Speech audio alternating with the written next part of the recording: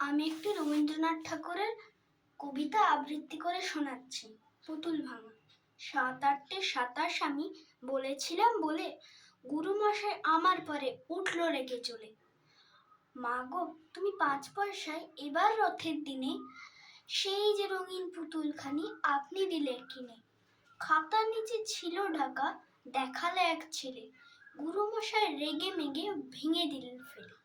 বললেন, তোর দিন রাত্রির কেবল যত খেলা, একটুও তোর মন বসে না পড়াশোনার বেলা। মা গো, আমি জানাই কাকে, ওর কি গরু আছে?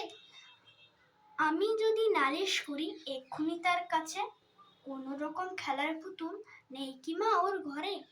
সত্যি কি ওর একটুও মন নেই পুতুলের পরে? সকাল সাঁঝে তাদের নিয়ে করতে গিয়ে খেলা, কোন রকম পড়ায় করেননি কি কোনো রকম হেলা?